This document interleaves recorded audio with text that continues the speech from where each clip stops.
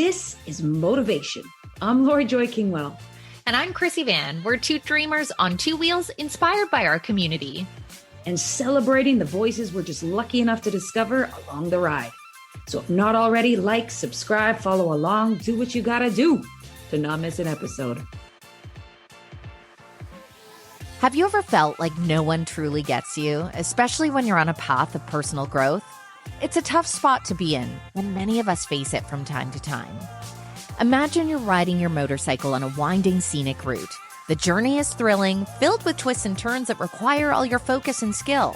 To you, it's pure freedom. But remember when you were learning to ride? It was clunky and awkward, much like embracing the feeling of being misunderstood.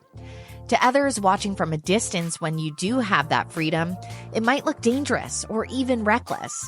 Being misunderstood often stems from others not being able to see the world from your perspective. When you're on a path of personal growth, this can be even more pronounced. Your dreams might seem too big, your goals too unconventional, and your ways of expressing yourself too different. It's easy to feel isolated and judged, but there's immense value in embracing this misunderstanding. Embracing being misunderstood is about prioritizing authenticity over acceptance. The journey of personal growth requires you to dig into your true self, stripping away the layers of societal expectations and fears of judgment. So today we're talking about what it means to feel misunderstood. We'll explore why this happens, how to handle it, and most importantly, how to stay true to yourself even when others don't see the road that you're on. This is the Motivation.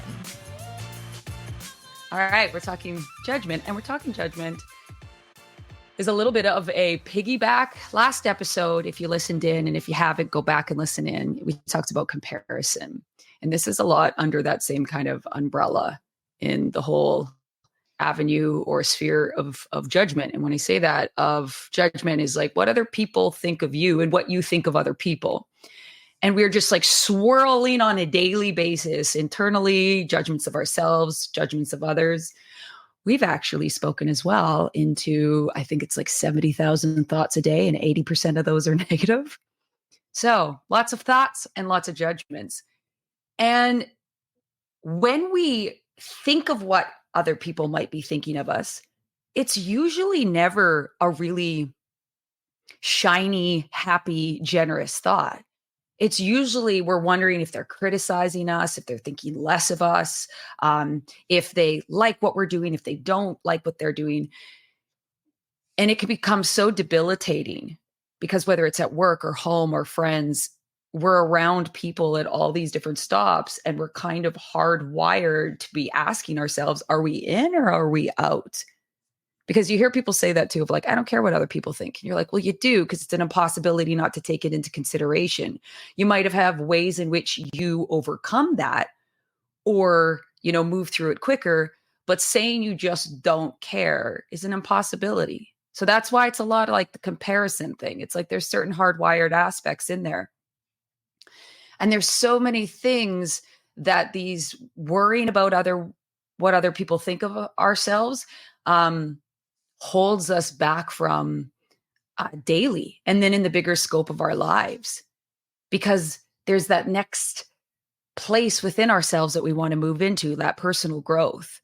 But then what about all the other family and friends and loved ones that aren't kind of doing that same work? And what if they don't get me? What if they don't see me? What if they see me differently? What if they don't like who I grow into? What then? Who do I have?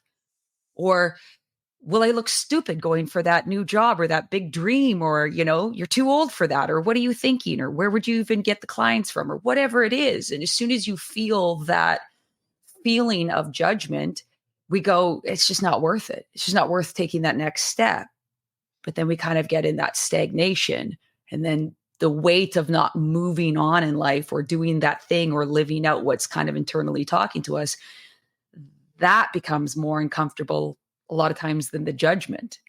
And we can all agree that like judgment feels fucking horrible. Like it feels horrible. It's when you like, even if you know it's ridiculous, and even if you know that the person that's casting that judgment, has no credibility, or like they're not in the arena or whatever it is it still doesn't feel good. And that feeling, we go through great lengths to avoid, but then in the irony of it, we do it to ourselves almost throughout daily. There's one memory that immediately like comes to mind when I was left my small town for the first time and moved to the city. I say small town, it was a small town. Technically, where I grew up was a city, but it wasn't a city. But I moved to Calgary, and I had learned to like figure out how to bypass people's judgment to a certain degree because I got like heavily bullied in grade 7 and had to like build up a resiliency and a bit of like a skin towards it. And so I had come to the terms of like what I didn't realize at the time, but was like in this community with these folks, like think what you want to think, do what you want to do. Like I'm good. And then I moved to the city, and it was just a lot of people that lived differently than me, looked differently than me, dressed differently than me, all the different things. And suddenly I felt like this little country bumpkin that was like being looked down on, even though it was probably completely in my head. But I felt so overwhelmingly less than that I felt like I needed to change all these external things so that I felt worthy of. And so I went out and I remember spending a stupid amount of money, and not my money, my mom's money. My mom was like, "Oh God, okay, well, you look pretty miserable, so I'll help you out here." But like on clothes and I say outrageous. It was $300, but at the time, At the $300 time, is that's a a lot of lot. money, Yeah. and I only got like a handful of stuff. But the Back in stuff I our got was day, that was a lot of yeah, money. that was a lot of money. And like what I got was like this pants that were like almost like tuxedo pants. Who was I and where was I going? But I was like, And I went where from like were you? 100%. And I remember, so this is around the first week of being there. And I remember going home to my little, like, first little, like, basement. I say suite. It was a bedroom that I rented out of a people's home that I just met. And I remember actually journaling about it too and being like, why do I feel so out of control? And why am I allowing these people to like change all of this about myself with like snap of the fingers? What am I doing? When did I become so, you know, influential? And I just felt so, and I was like, well, where do I go from here? And it was like, well, you got to walk right into it. Like because just not caring and trying to figure it out wasn't working at that moment. And so I was like, I'm going to make myself like lean so hard into the country bumpkin aspect. And I went and put on my Husky sweatpants, which is the Saskatoon University football team. So it was very obvious I was from Saskatchewan, and went to the mall and went into like all the hoity-toity stores that were hoity-toity in my world. And I had a ponytail in and like just a t-shirt and sweatpants. And I made myself walk around for hours at this mall in this outfit and take in the feeling of like, and there was a lot of looks of like gross, like there was, but I was just like, I'm still me. Like I was just like, I'm still me. I'm still me. I'm still me. And I knew it was important to do at that point in time. As a 19-year-old, I didn't realize how important it was going to be for the rest of my life, because it's a pivotal moment that's really stood out and was like a anchoring moment of, are you going to twist yourself into a pretzel so that you fit into wherever it is that you're going? And yeah, be adaptable, sure. But like feeling less than and feeling the need to like chase these external things so that you don't have to feel that feeling. So when I left the mall that day, I journaled after I got home. I was like, you're still alive. Like nothing's changed. You went in there, and the feeling lessened the longer I hung about. And so after that, I just wore my clothes, and I bought new ones too. But I also just wore my stuff and did my thing. And it was like substantial in reminding myself, you're going to feel the feeling, but you have to be you anyways. And you have to just accept that like it comes along with it. It's still debilitating at times without a doubt, but like we got to recognize it's happening. And also then like, what do we do about it?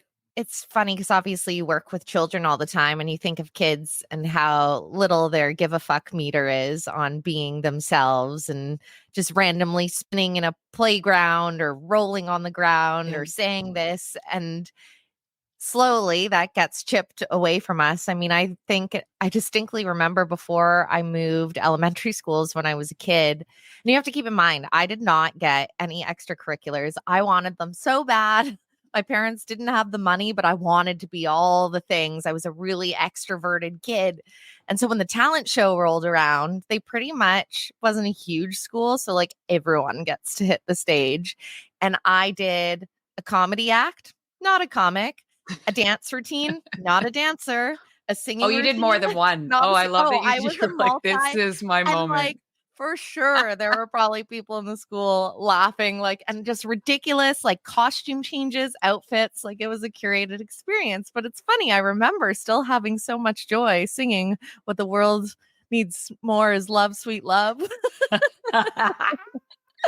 However, I distinctly remember when I got into high school, I was of that same gumption, student council, cheerleading. And I remember I took drama like the first 2 years. I loved drama class, but like the drama class was viewed as the less cool thing. I didn't sign up for one musical when I was in high school, which actually is a 1000% my jam.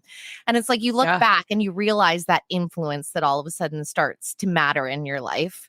And I think if we don't recognize it, it only gets more and more amplified as we get older. It was interesting because you sent me this topic yesterday, and I'm actually reading Creativity Inc. by Ed Catmull. Catmull. I don't know how big the mull is in his name, but it's actually one of the founders of Pixar. So it's been a lot of their origin story. And obviously, Pixar Animation, incredible group of creative people. But initially, it started as a computer like engineering company, basically, where they were coming up with the animation software. They weren't storytellers. And then as they started to grow, they were using these same corporate structures to kind of be the hive mind to come up with ideas. So what actually was happening is great ideas weren't being generated because it actually wasn't set up like a safe space for that to occur in the minds of the people. They felt like there was a hierarchy in regards to the actual status of management, and then where people were positioned, like even the shape of the table mattered because people were feeling that fear of judgment if they threw that idea at the wall and they're like, no, sir, we don't want a talking toaster. And then all of a sudden you feel so much shame, you're not willing to bring another idea to the table. And so one of the things that I find interesting about this topic is how much it can stifle creativity. So, on a personal example for myself with my current project, obviously, the last few months, I have felt like my creative juice has never been bigger in my personal life, but the breadth of it outside of that has been more challenging. Like when I have to apply it to my work life, it's been more challenging. And mainly, I've been clouded by a lot of heavy emotions in my personal life. And we're kind of reaching this pivotal moment where I finally feel like I've earned the credibility in the space. But so much of what I have created emulates things that are in the market. And so it's like we've gotten there, but you need to think of what's our unique value proposition in this sphere. So I actually just pitched to my business partner and I was like, I want to start a brain trust. And I kind of threw out some specific people that I think should be a part of it because they think so differently than I do. I do know that about them. And I'm like, I want to create a space that feels safe enough for people to throw ideas at the wall without the fear of judgment, like no bad idea. And that's one of the things that when they created this brain trust, it was of the knowledge. Let's say you were the director of the movie, so to speak. None of what they throw at you, you are mandated to do. It's honestly just generation without judgment.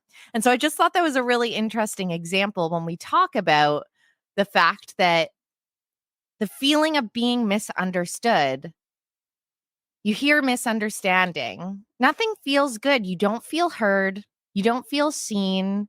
You start to retreat into yourself because you start to question your own self. And that can be incredibly debilitating. And I think if it's something that you end up allowing to shut you down on the regular, whether it is choosing what you want to wear, or a good example, a friend of mine, I love this, really was interested in LARPing. What is LARPing, you ask? It is the people that get together in a park and they dress up in like swords and shields and costumes, Right. and they act it out. For many people, they would view LARPing with judgment, thinking, what the heck are these adults doing in a park running around saying, my lord and my lady? But what I said to him was, fuck that shit. If that's what you want to do, I'm like, there are communities out there to go do it. And you're like, who is it hurting? It's only hurting yourself if you're robbing yourself from an experience you might otherwise enjoy or meet people with similar interests. But we allow other people to actually shape a lot of our identity. And you and I have talked about this in the motorcycle community. It happens by assimilation. All of a sudden, you have a jillion black t-shirts and off you go. But you can allow other people's, what you view other people's perceptions to be of yourself, or even worse, the mask could get so big that you start to think, what would they want from me? And I will shape myself accordingly. And then before you know it, you've lost yourself completely in the mix, all out of the fear. It's kind of that like old saying of, I'm like old saying, I can't remember the saying. It's something like step out to step in. Like, I don't know. It's important to stand out, people. There's two things there that immediately pop out. One, earlier you were saying of just like everyone, the kind of idea of everyone has something to bring to the table, but a lot of times that they think it is potentially not worth even saying or bringing to the table because is it as good as that person's idea, or is it going to get shut down and criticized? Which is the big one of like the shut down and criticize, because then you feel like it definitely was not good enough to come. And it's one thing of like going back and circling back and asking more questions to see if it is viable, to see if it is, and or is the one step and to take first, even if that's in your life, or specifically if that's in your life. Well, what's one step you can take, then see if this is something you want to continue stepping in that direction versus like all or nothing. Is it going to work or isn't it going to work? And I think that's the other thing too, is like that big part of when we see a bigger idea for ourselves, or we get those like gifts. I really think of them as like gifts where you have a visual in your mind's eye of something for yourself and your future self. And you're like, but I'm not that thing. How wonderful if it to be that thing.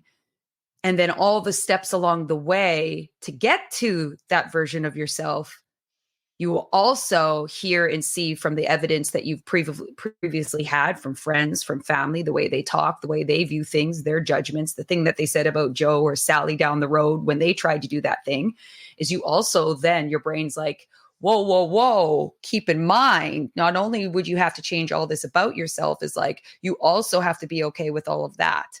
And then you also are looking at that part of yourself, that gift that's been given to you, and be like, well, I don't even know if that's possible. And then we go right down to shutdown mode, or like not even going to try. But you've got all these pieces of yourself that are so individualized that can be part of this beautiful collective. Because that's the other thing too, is like that big push of like, you're special, you're special. And we've said this before, you are special. Each one of us are absolutely special. There's not another of you that exists in the world, and there never will be another you that exists in the world. But you're not more special than the person standing next to you, the homeless person on the road, the multi-billionaire down the, like, you're not. But you have something within you that's meant to be really like fostered and discovered, and so like those generic words, but like you've got these visions and these gifts that are coming to your mind's eye to say, this is what's possible if you decide to like go for it or go after it or something of that version.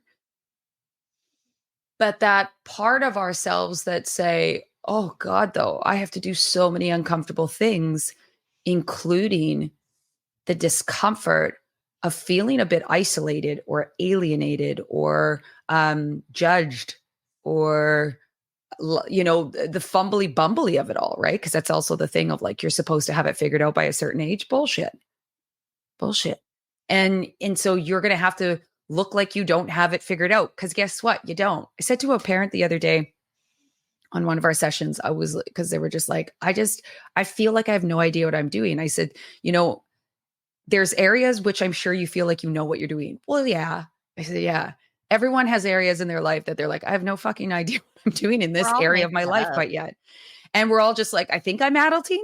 I think this is the most productive way of humaning. Like that's what this podcast is about, is our kind of journey and what we've learned along the way. And what we continue to learn is like, how do you productively human? And also not just productively human, but then like, how do you just absolutely just be in the presence of what this experience of life is, and recognizing that having a uncomfortable feeling about what other people think of you is likely very much a part of all of it for the rest of your days. But again, knowing that is empowering because you can leverage it to say, and I'll do it anyways. Yeah, I have a couple thoughts on this. One, obviously, I've talked about this before, but it's just the most obvious example when I quit working in TV news. And, Yeah. my own coworkers were like, what the fuck are you doing? Like, it's not a question of were people judging the decision. People were judging the decision. Some were really vocal about it. Some were vocal about it to me. Some were vocal about it around the way, and it made its way to me. But inside, I was like, when you talk about those little nudges of the right direction, Mhm. everything in me was like, I don't know why. And I'm leaping into nothingness, but everything in me is lighting up and saying, go here. So I'm just going to trust it and go here.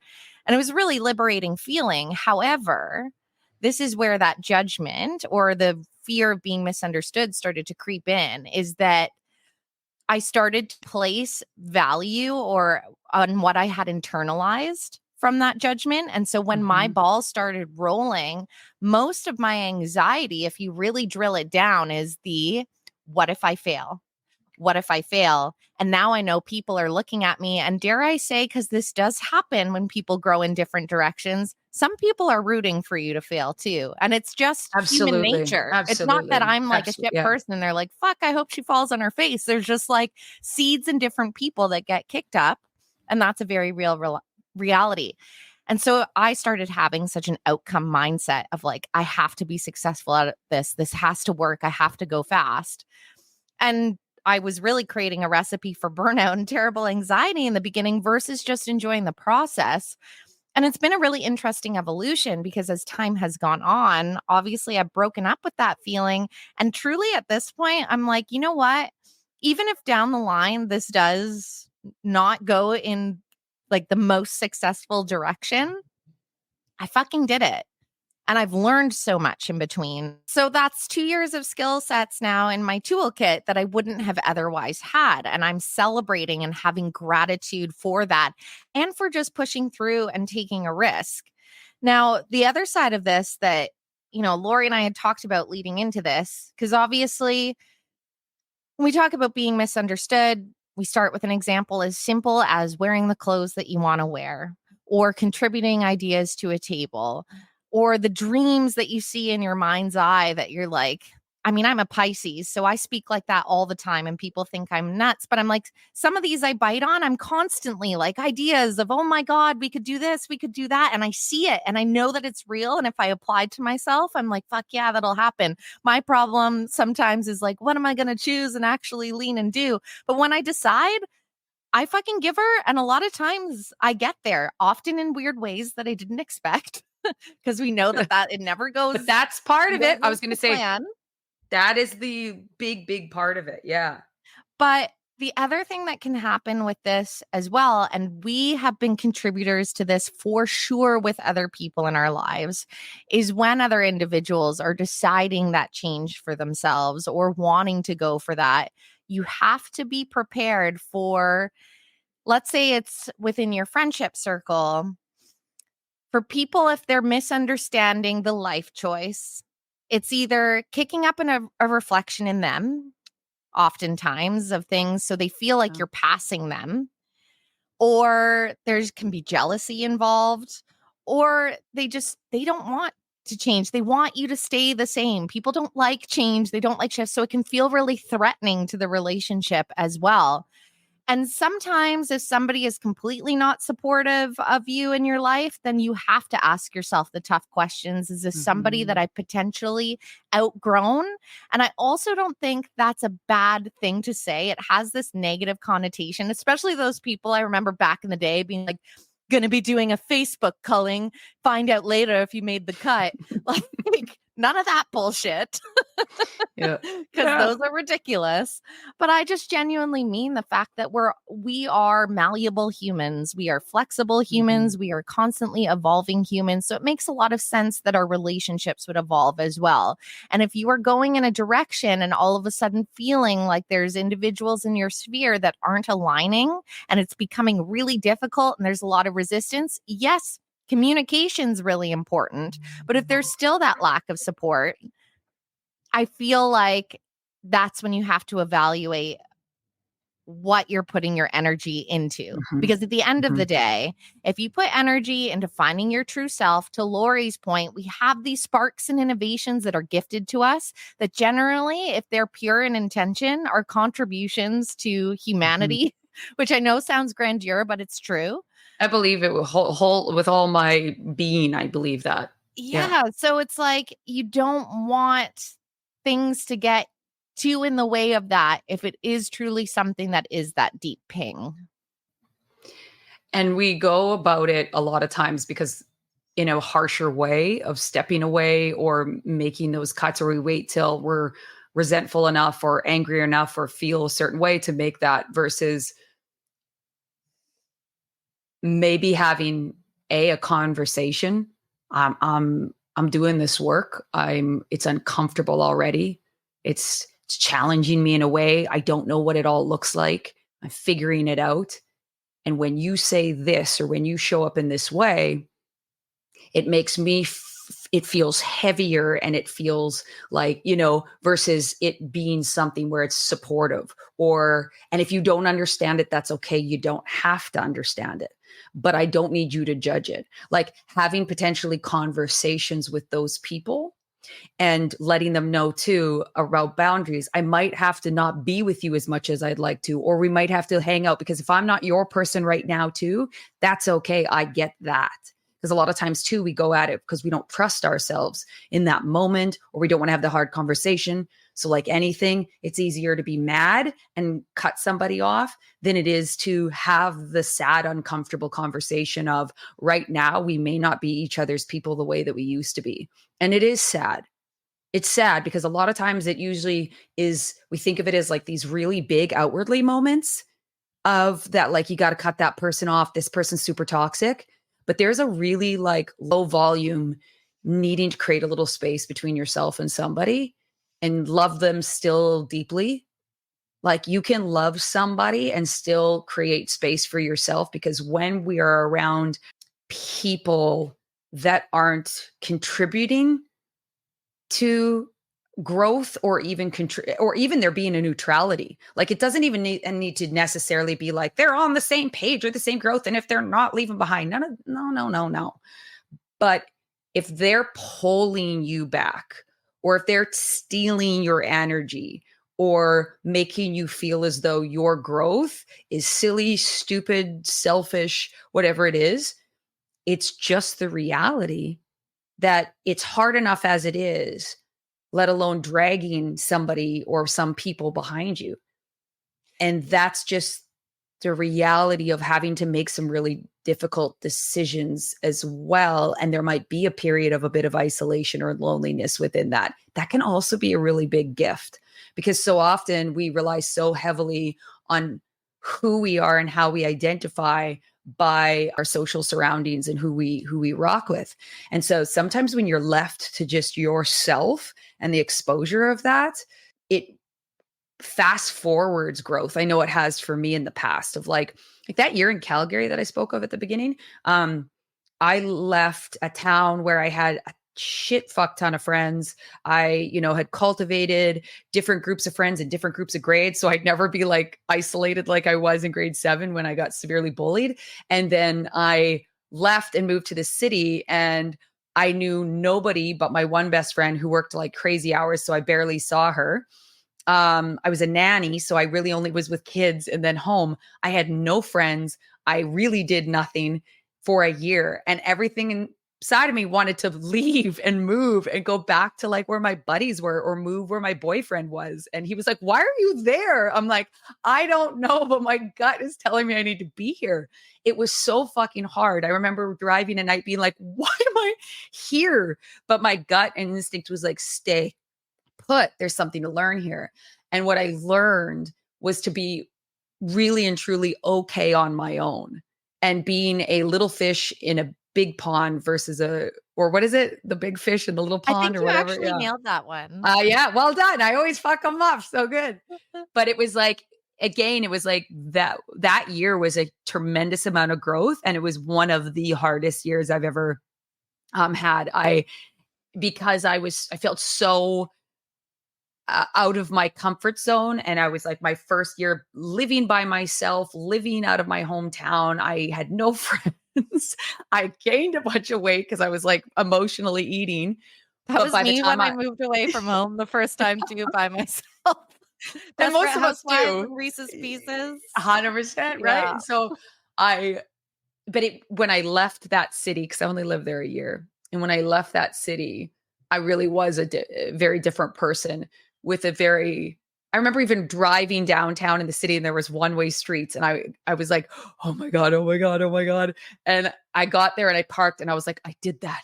I did that. I drove downtown on one ways and I got in a parking lot and found the place I needed. And again, keep in mind, this was before navigation. This was when you had paper maps shit. So it was like, it was remind yourself and that some of the toughest years and where you feel the most comfortable and isolated, if isolation is part of it, if stepping away from people is part of it, there is a tremendous gift in there. And I'm not saying isolate yourself from people, because again, that's a huge part of mental health is our interactions.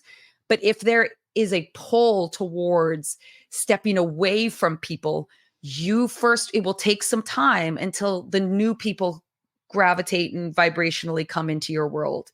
There's a period of time, because sometimes you have to walk through that door before the others come through, but you can't make it through with all dragging 10 friends along and family members. And a lot of times when they see on the other side, when you've punched through and your growth is there and you're a peaceful, more happy, more nurtured, more whatever person, those same people that were like, what the fuck are you doing? Or like, oh, who do you think you are?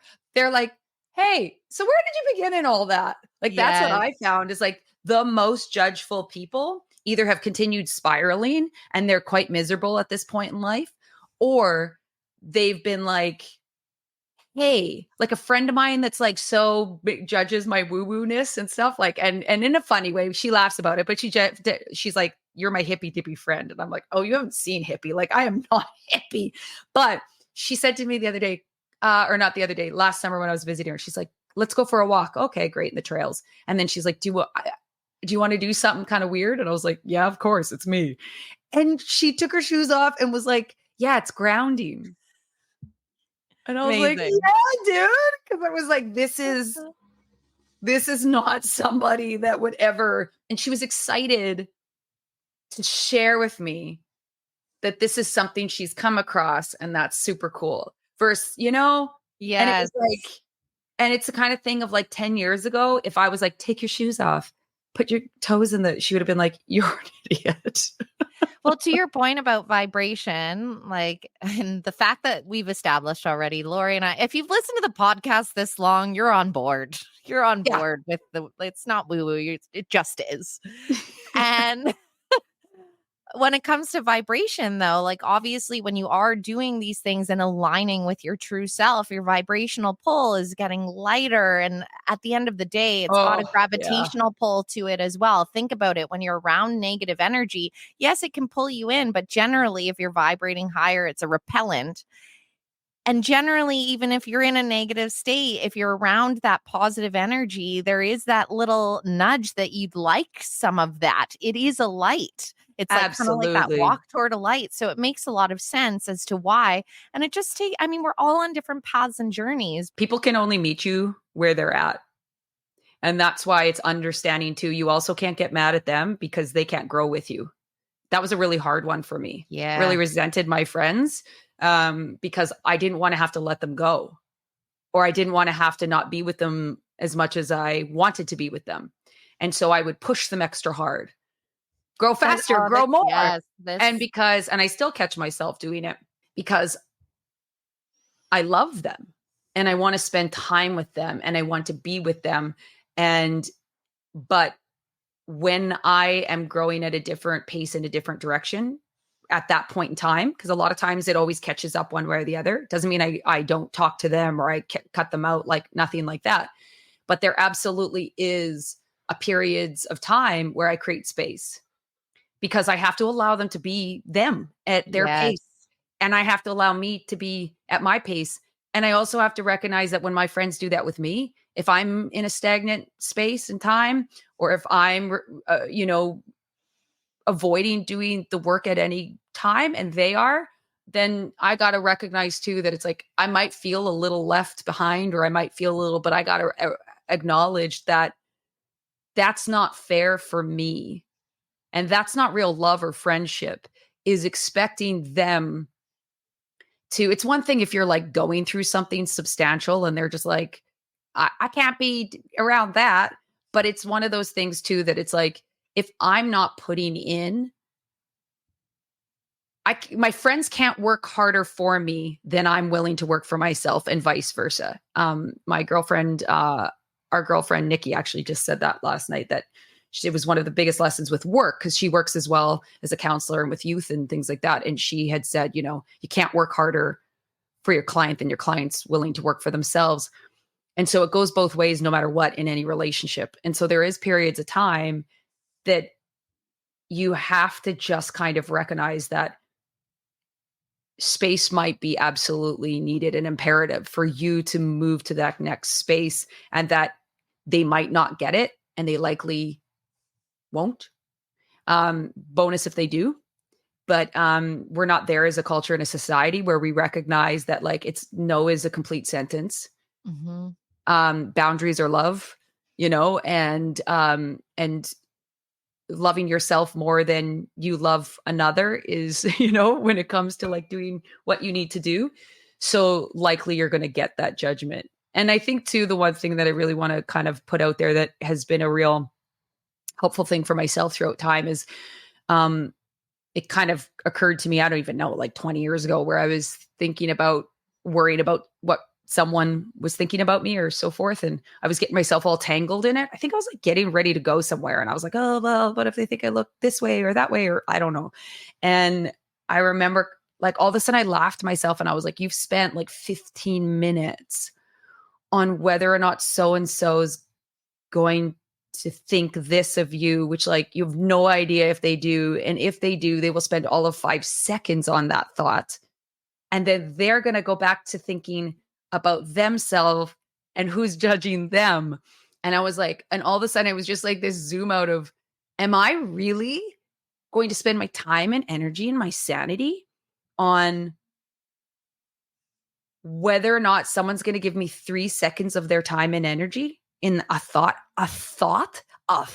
about me and a potential words about me? Like, that's insanity. But it was like, it feels so real in the moment. Like the feelings of what are they thinking? What are they feeling about me? It feels so heavy. And your body has such a visceral reaction because biologically, you're supposed to make sure that you're in so that you're not out, and a tiger doesn't fucking get you. But it's Those not tigers. real. Those fucking tigers. And it's not real. And so it's like those moments. So when I catch myself on any type of a loop, I do that zoom out and I'm like, for 3 seconds, you're going to do this for 3 seconds. And also if you're like, well, they might say this to this person and then that person thinks that about me. You almost too, this is a big part too, is like, you got to trust that like your character will stand for itself. And at the end of the day, if your character doesn't stand for itself, they're not your people to begin with. Yes. They're which is a not. hard lesson.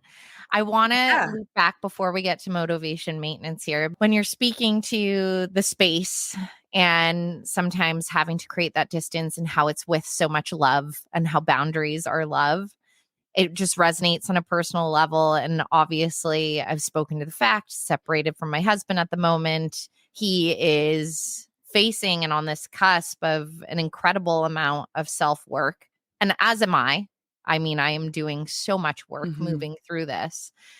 But that's really the crux of why we aren't together currently. And it is that his growth that is required and the work that he needs to do is of such a magnitude. What he feels he Mhm. needs is to be alone. And I share this and emphasize this to just say what's brought me so much more peace and being able to come to the table is understanding just how not personal that is. It is so easy for Mhm. us to take it so personally. And it's important for us to communicate effectively if we are the instigator of something like this. To your point, communication is everything. Those uncomfortable conversations are Yeah. everything. But, you know, when I got into that situation, even in the midst of the biggest confusion, when it was shared of, I don't know myself and I need to be alone to figure that out. My first words that were, if you were anyone coming to me, like it's harder for me to be like, if you love them, set them free. Like I've Mhm. never understood that phrase more.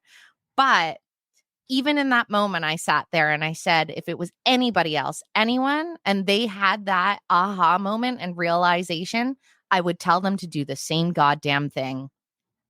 That's courage and that's bravery to know that you need that space for yourself.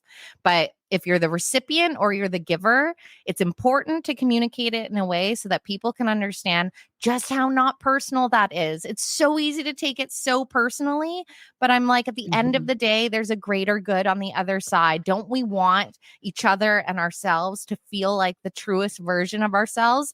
And also to your point that you said at the very beginning, Lori, talking about those dreams and goals and people that are like, am I too old for this? I fucking hope we all have so many different seasons and evolutions in our lives. You can Google Mhm. and read a million inspirational stories about it. It is all possible. Absolutely everything you see in that mind's eye is possible, but it's fucking uncomfortable if you're going to go there. So buckle up. Vroom vroom. There's no seatbelts on motorcycles. So that's why we're going to give you a tour Right. with your Vroom vroom. motivation Innovation maintenance. maintenance. Right. Mine's Mel Robbins. I listened to one of her, Love I'm not Mel. sure the episodes, but or which one this is. It's one of her more recent ones. I highly recommend going and listening to it. Is the let them. Is someone wants thinks that this is stupid, what you're gonna do. Let them. Let them think it's stupid. You don't need to convince them of anything. You don't need to explain to them. You don't need to them to be on your side for this or be your cheerleader at the end of the day. Let them. If somebody, like is whatever it is, like let them. If they don't want to do their own work, let them. If they don't want to, let them. And it's one of those things where the only kind of caveat to that, if you will, is that if they're doing their work and they're in that same arena and they're coming to the table with a little bit of like a criticism, if you will, without like a judgment, because I do feel like a criticism is a different thing than a judgment. 1000% It's like, criticism is important. yeah. And if it's coming from somebody that you're like, oh, I deeply value and respect the work that they're doing. And if they're coming to the table with this, then maybe there is something to like acknowledge and look at. Yeah. But if they're not, if this is more of a projection or a judgment or it's coming from somebody that it's not that you don't respect this person that it's coming from either. It's just that thing of like, are they meeting you where they're at? Are they seeing it through their lens, through stagnation or through their purgatory or through whatever it is that they view life that's so far from how you view life? Because then it's like, what energy are you going to put into it? Let them. So either let them, and the let them is so great. Like I love it. I use it often because like there'll be something someone said, I'm like, what the fuck, man? And I'm like, let them. And I'm like, oh God, that feels so good. Cause you're just like, wow, I let them. And when it comes to people that have something to say that I don't like or doesn't feel good, but it's coming from like a very, very valuable source or a credible source, if you will. I don't know if that's the way to describe it, but then I'm like, it just happened with my husband the other day where I'm like, I don't see it. And then I was like, but it's coming from him. And he really only speaks up about stuff. And he's got like a real solid head on his shoulders. He's doing all his work and stuff. And so I like fully spent, the next day really trying to see it from his lens. And then I was like, there it is. I see it. And even though I still felt solid about where I originally was seeing the situation, I could fully see it from his side too. And I was like, oh, that's so fair. That's so fair. And both are so true. And then find the little sliver where I could do it differently the next time. And so let them, or take stock, take time, let the uncomfortable feeling dissolve, and look where you can make a slight pivot. I'm going to leave it with that because I did not prepare a motivation maintenance today. And I was like, hopefully Lori has got one. And then she did. And I was like, let her. I